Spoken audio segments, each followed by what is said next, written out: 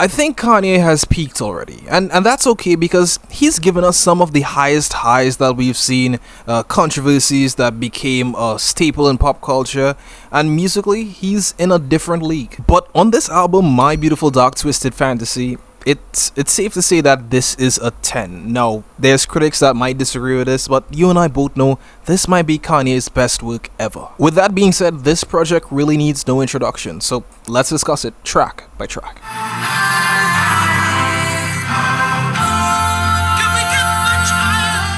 In terms of album openers, this might be one of the best. On the production, you have Kanye, No ID, Mike Dean, and then you have Nicki Minaj doing some spoken word in this British accent that she used to do a lot. I'm glad that stopped, but I still like this a lot. There's this orchestral feel throughout this track, and it surrounds you. You're not only hearing this music, you're feeling it as well. It's epic, it's flawless, it's even cinematic, and I think we all know that this is when Kanye is in his element. This is what he's really good at. Not only that, he also has some pretty funny lines here, like too many Urkels on your team, that's why your win's low.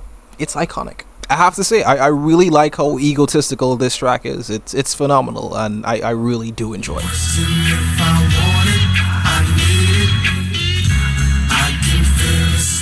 The distorted guitar on this track is probably one of the most recognizable riffs on any hip-hop albums. It's as though it was made for Kanye. Lyrically here, he mixes a lot of social, political, and personal commentary, and he does it in the way that Kanye usually does, which is very over the top. Like, there are so many quotable lines here, like this, or this, or this, or this. Like, I can recite this song almost entirely on quotes. It is one of the most memorable tracks off of this album.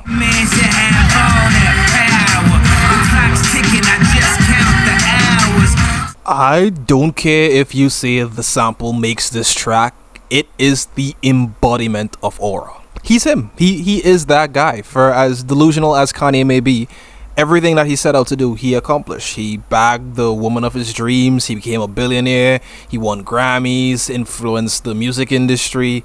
Like, he's done it all. I think Kanye arguably has had the biggest impact on the hip-hop industry. As far as the song goes, it has everything. There's determination, resilience, a lot of energy. Like, this at a halftime show would eat.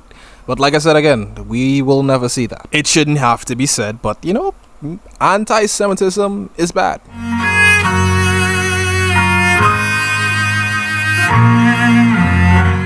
I don't even think you really understand how great of a song this is.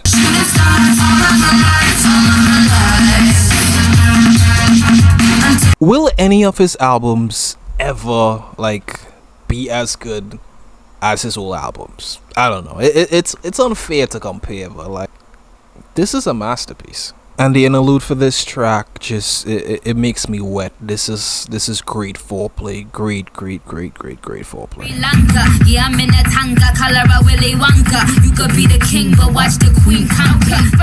I'm just looking back at this track list as I'm reviewing this album, and having these last 3 songs back to back to back, it's kind of crazy. And we all know Nicki washed these niggas. Like, there isn't a debate. This is one of her best verses ever. She did her thing. And this lineup is crazy. It's overkill. Nicki Minaj, Kanye West, Jay-Z, and Rick Ross. It's a lot. Yeah. Giving this album anything less than a 10 should be a crime. Like, every other song that plays after this could be ass, and it should still get a 10 because of how good these last 3 tracks were. How can you give this anything other than a 10? Kanye really is a god amongst men. Shit ridiculous. One hand in the air if you don't really care. Middle finger in the air if you don't really care. I like how eerie this track feels. The reverb and echo really adds to the atmosphere. And everyone really did do their thing, but standout for me would have to be Jay-Z. Like, there's so many quotables from him. He did the best job, in my opinion. I'd give Pusha T runner-up, but honestly, no one did a bad job. And with it having so many persons in the mix, it still manages to be very palatable. Although you can criticize the hook, but I was always fond of it. Like, probably don't play it with kids or your parents in the car, but other than that, it's fine. Profanity is tolerable. He thought it was real fraud. different traps I was getting mail from. Polk County, Jackson. Honestly, in terms of sampling, no one will ever do it as good as Kanye has done it. Like, this is great. This is transformative. It isn't the bullshit that Nicki was doing on her last album. Anyway, Devil in a New Dress is probably one of the best instrumentals Kanye has ever cooked up. And when he's talking about love, like the worst parts of it, it's almost as though he's levitating. But, and big but here, no pun intended, Mr. Lemon Pepper Wings, Mr. Take Her Home and Enjoy It, Mr. Rose, he killed it. Rick Ross is the biggest takeaway from this track. Again, no pun intended. But this is the best verse ever from him. Like, in his entire discography, this will go down as Rick Ross' best verse. This song is crafted beautifully. There isn't any flaws in it whatsoever.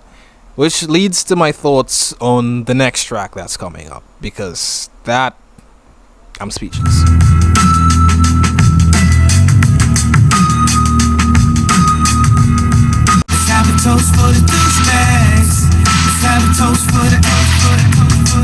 I miss the old Kanye, and yes, he might be ever so slightly problematic, but his music is like no other.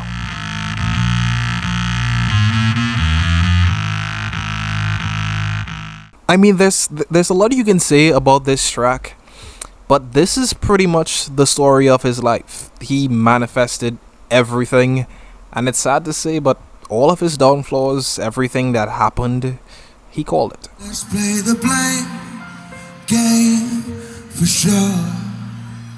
Let's go. Hearing John Legend curse feels kind of wrong, but it fits here. So on this track here, Kanye is going through the aftermath of a breakup.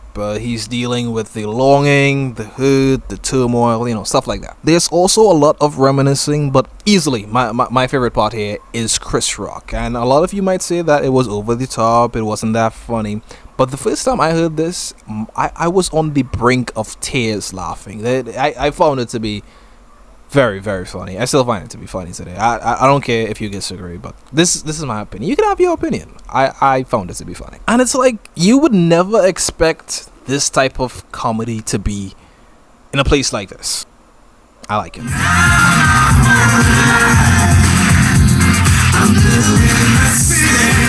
Sonically, might be one of the best songs he's ever created. Like, I'm in awe. And it beautifully transitions into Who Will Survive in America, which is a spoken word from Gil Scott, which serves as the outro for this album. So that was Kanye's My Beautiful Dark Twisted Fantasy, and like I said before, it's a 10. There isn't a dip in quality anywhere. Lyrically, it's overflowing. Sonically, it's peaked. I don't know how you can complain. Sample choices are immaculate, features delivered on every single front.